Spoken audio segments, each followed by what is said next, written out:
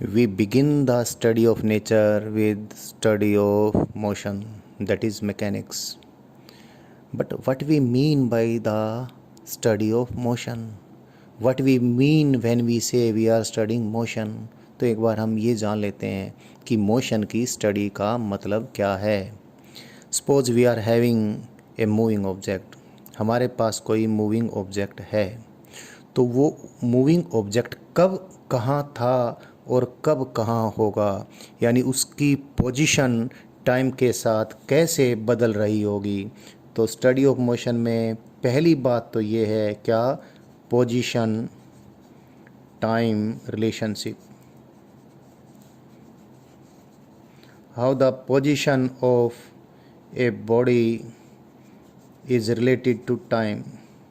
तो position time relationship हमने जाननी होगी। फिर हमने ये जानना होगा कि मूव करती हुई बॉडी कब तो धीरे धीरे चल रही थी और कब वो तेज़ तेज़ चलेगी, यानी उसकी स्पीड कब कम होगी या उसकी स्पीड कब ज़्यादा होगी, और साथ में जब वो चल रही थी तो किधर जा रही थी, यानी उसकी स्पीड जो जितनी थी वो तो थी, बट चलने की डायरेक्शन कौन सी थी ये भी हमें मालूम होना चाहिए। तो स्पीड कितनी है ये भी मालूम हो और चलने की डायरेक्शन भी मालूम हो तो हम बोलते हैं कि उसकी वेलोसिटी कितनी हो। तो हमने ये जानना होगा कि बॉडी की वेलोसिटी कब कम थी, कब ज़्यादा थी, कब कितनी हो जाएगी। यानी कहने का अभिप्राय ये हुआ, what I mean to say is we must know the velocity time relationship as well. Velocity time relationship. So in the study of motion we must know the position time relationship, we must know the velocity time relationship, and the next thing is कि जो velocity time के साथ जो बदलेगी, अभी आपको पता चलेगा वेलोसिटी की टाइम के साथ रेट ऑफ चेंज को हम एक्सेलरेशन कहने वाले हैं। तो कभी तो वेलोसिटी टाइम के साथ साथ तेज़ी से चेंज होगी, कभी टाइम के साथ साथ धीरे धीरे चेंज होगी, यानी कभी तो एक्सेलरेशन कम होगा, कभी एक्सेलरेशन ज़्यादा होगा। तो हमने ये भी जानना होगा कि एक्सेलरेशन टाइम रिलेशनशिप क्या है। Acceleration time relationship and the next thing is चलती हुई बॉडी के चलने का रास्ता कैसा है, क्या वो किसी स्ट्रेट लाइन में चलती है या किसी सर्कल के अलोंग या किसी एलिप्स के अलोंग या पैराबोला के अलोंग मूव करती है, या पूरे पूरे पूरे ब्रह्मांड में 3D स्पेस में ऑल राउंड स्पेस के अंदर कहीं भी किधर भी जा रही है। यानी हमें उसके रास्ते की शक्ल भी मालूम होनी चाहिए, यानी shape of the path. We must know the what shape of path. Shape of path भी हमें, शेप ऑफ पाथ को ट्रेजेक्ट्री भी बोलते हैं, शेप ऑफ पाथ भी मालूम होना चाहिए। सो पोजीशन टाइम रिलेशनशिप की स्टडी, वेलोसिटी टाइम रिलेशनशिप की study and acceleration time relationship की study and shape of path, ये सारी चीज़ें मोशन की स्टडी कहलाती हैं। लेकिन इसमें एक बहुत बड़ी बात मैंने अभी छुपा ली थी, वो आपको क्लियर कर दूं। इन सब में एक चीज़ देखें आप, पोजीशन भी टाइम के साथ बदल रही है, वेलोसिटी भी बदल रही है या बदल सकती है, एक्सेलरेशन भी टाइम के साथ बदल सकता है या बदल भी रहा है, और शेप ऑफ पाथ ज़रूरी नहीं स्ट्रेट लाइन पाथ हो, क्या पता कैसा कर्व्ड पाथ हो। तो इन सब चेंजेस के पीछे कारण क्या है, what is the cause behind the change in the state of motion, why the velocity is changing, why the acceleration itself, if it is changing then why it is changing, and why the body is turning round some corner or why it is going along a straight line. So if we go into the details of the cause of change in study of motion, then the entire study is called mechanics. इस पूरी study को हम mechanics बोलेंगे, और mechanics का एक special part जिसको बोलते हैं डायनेमिक्स, यानी dynamics is that part of mechanics in which the cause in the state of motion is involved. But if we drop the cause of change in the state of motion, motion में परिवर्तन के कारण को अभी हम ना consider करें, सिर्फ मोशन की स्टडी हम बगैर किसी कारण के, यानी चेंज क्यों हो रहा है इसको छोड़ दें हम, सिर्फ हम ये स्टडी कर लें कि पोजीशन टाइम रिलेशनशिप क्या है, किस प्रकार कब पोजीशन कहाँ थी और कब पोजीशन कहाँ होगी, यानी पोजीशन टाइम रिलेशनशिप क्या होगी, कब वेलोसिटी कम थी कब वेलोसिटी ज़्यादा होगी, वेलोसिटी टाइम रिलेशनशिप क्या होगी, एक्सेलरेशन टाइम रिलेशनशिप अगर निकालनी होगी तो वो क्या होगी, और शेप ऑफ पाथ क्या होगी। सिर्फ हम ये खोज लें, इनका आपस में रिलेशनशिप खोज लें, और हम सिर्फ इन चीज़ों की इन पैरामीटर्स की हम स्टडी करते रहें, और सिर्फ ये बात छोड़ दें कि चेंज क्यों हुए, तो इस प्रकार के मोशन की स्टडी को हम काइनेमेटिक्स बोलते हैं। और देखिए ज़रा, काइनेमेटिक्स एक अधूरा अध्ययन है।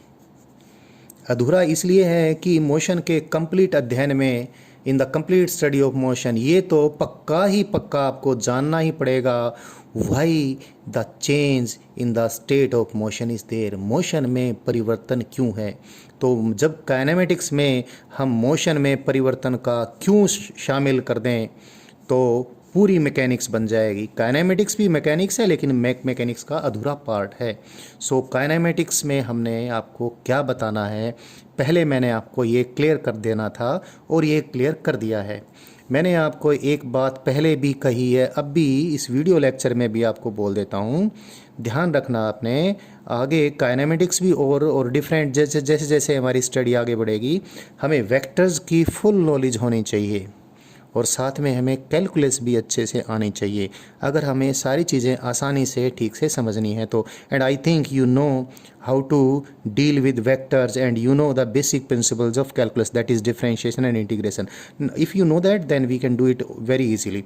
देखिए ज़रा, हमने मोशन की स्टडी करनी है और क्या क्या स्टडी करनी है मैंने बता दिया, लेकिन इन सारी चीज़ों को हम जान लें उससे पहले दो तीन छोटी छोटी बातें हम आपको बताना चाहेंगे। पहली बात बताएं, एक सिंपल सी बात है कि रेस्ट क्या होता है और मोशन क्या होता है। रेस्ट एंड मोशन के बारे में ये जान लें आप, ये अब्सोल्यूट नहीं होते।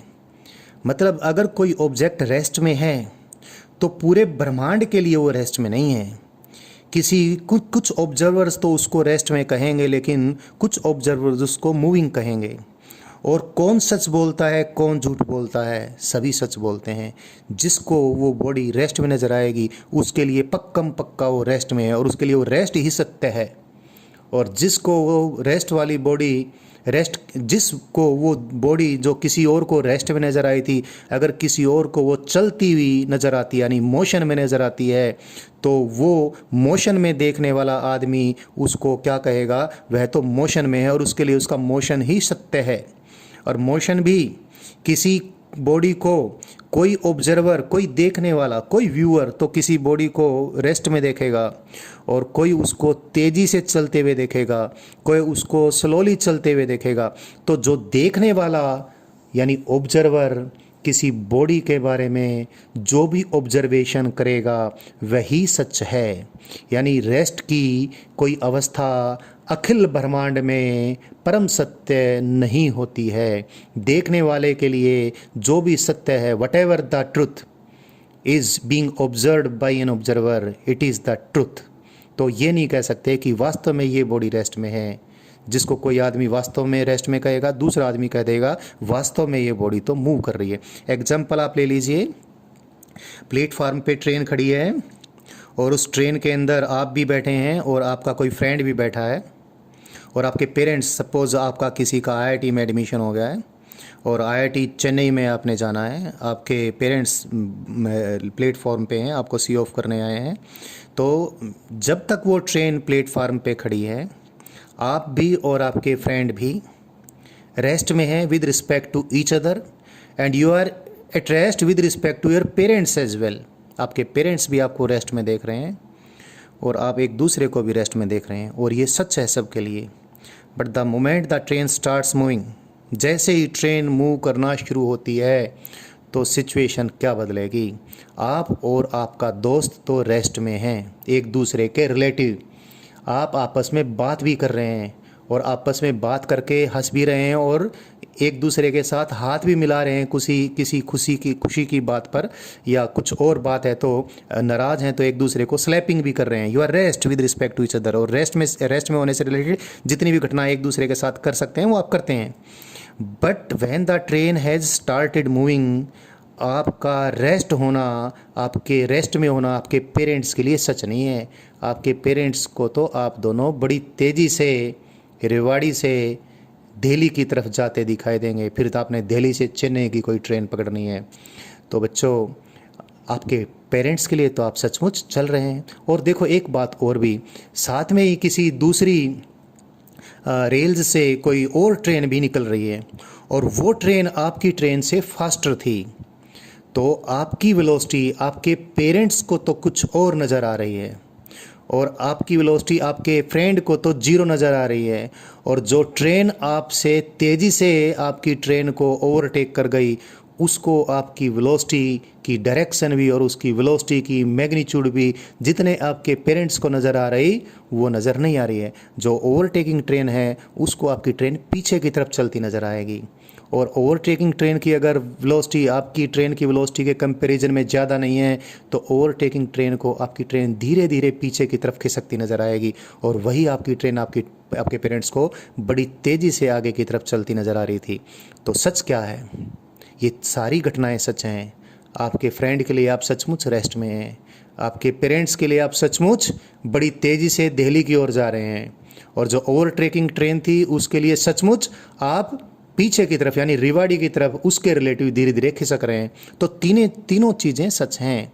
इस एग्जाम्पल में मैंने ये बताया है, ना तो रेस्ट अब्सोल्यूट है ना ही मोशन अब्सोल्यूट है। तो इसको किस प्रकार डिफाइन करें? इसको डिफाइन करेंगे हम, if a body is changing its position with respect to an observer, then the observer यानी व्यूअर, देखने वाला, ऑब्जर्व करने वाला, will say that the body is moving.